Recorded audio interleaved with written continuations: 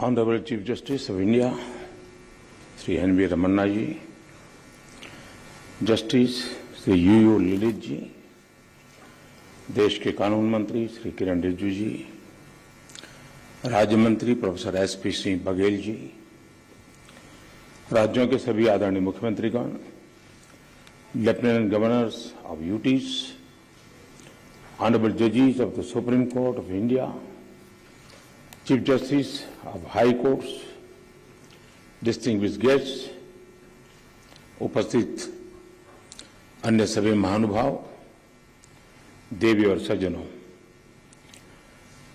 राज्य के मुख्यमंत्रियों और हाई कोर्ट के मुख्य न्यायाधीशों की ये जॉइंट कॉन्फ्रेंस हमारी संवैधानिक खूबसूरती का सजीव चित्रण है।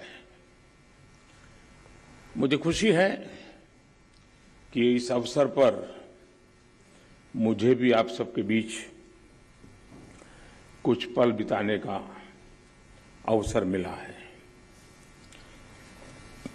हमारे देश में जहां एक और जुडिशरी की भूमिका संविधान संरक्षक की है, वहीं लेजिस्लेचर नागरिकों की आकांक्षाओं का प्रतिनिधित्व करता है। मुझे विश्वास है कि संविधान की इन दो धाराओं का ये संगम, ये संतुलन देश में प्रभावी और समयबद्ध न्याय व्यवस्था का रोडमैप तैयार करेगा। मैं आप सभी को इस आयोजन के लिए हृदय से शुभकामनाएं देता हूं।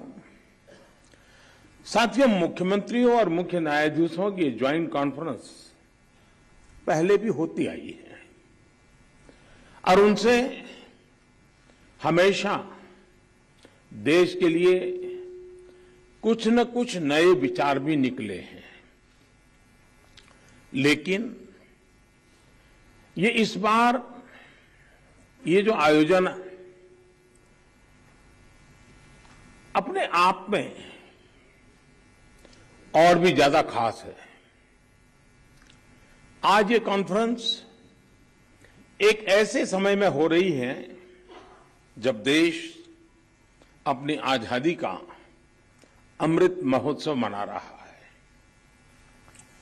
आजादी के इन 75 सालों ने जुडिशरी और एग्जीक्यूटिव दोनों के ही रोल्स और रिस्पांसिबिलिटीज को निरंतर स्पष्ट किया है। जहां जब भी जरूरी हुआ, देश को दिशा देने के लिए ये रिलेशन लगातार इवॉल्व हुआ है। आज आजादी के अमृत महोत्सव में जब देश नए अमृत संकल्प ले रहा है, नए सपने देख रहा है, तो हमें भी भविष्य की तरफ देखना होगा। 2047 में जब देश अपनी आजादी के 100 साल पूरे करेगा, तब हम देश में कैसी न्याय व्यवस्था देखना चाहेंगे। हम किस तरह अपने जुडिशियल सिस्टम को इतना समर्थ बनाएं कि वो 2047 के भारत की आकांक्षाओं को पूरा कर सके, उन पर खरा उतर सके। ये प्रश्न आज हमारी प्राथमिकता होना चाहिए।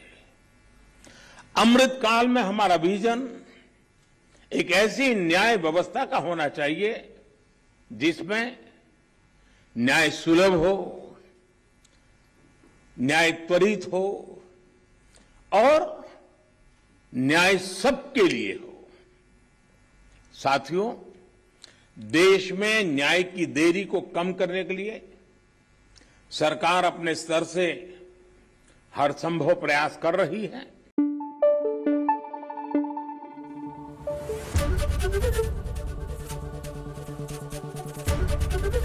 एबीपी आनंद एगिए थाके एगिए राखे।